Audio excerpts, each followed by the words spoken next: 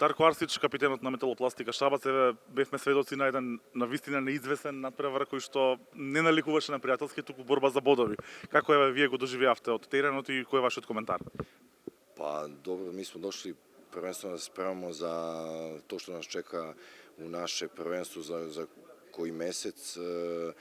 Дошли смо да се бориме на овој турнир, нисмо дошли овако чисто да проđemo kroz sve to.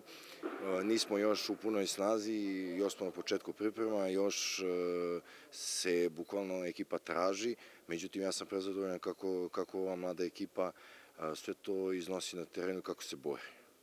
На овој турнир учествуваат шампиони на своите земји, екипи што играли во Лигата на шампионите и ќе имате силни проверки и вие и другите екипи. Еве го поздравуваш, претпоставувам овој потеки и вашиот настап тука. Jeste, stvarno su ekipe za respekt, svakoga je za poštovati tu.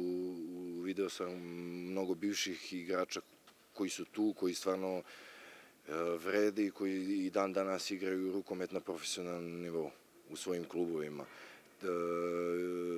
Biće teško, međutim igrat ćemo, pa vidjet ćemo šta će bude na kraju. Какви спомени носиш од Македонија? Беше едно време дел од Металург. U Makedonija uvek lep doživljaj kad dođem ili kad prođem nekad kroz Makedoniju, stvarno je lepo, ljudi, sve je super, rukomet, Makedonija je poznata da voli rukomet, tako da sutra očekujem da dođu puna hala, tako. Металопластика во новата сезона има подмладен ростер и измената од претходната сезона. Кои се амбициите и кој е дометот на вашиот тим во домашното првенство во Европа? Pa rekao sam, dosta mladih igrača, dosta novih lica, idemo korak po korak, pa vidjet ćemo.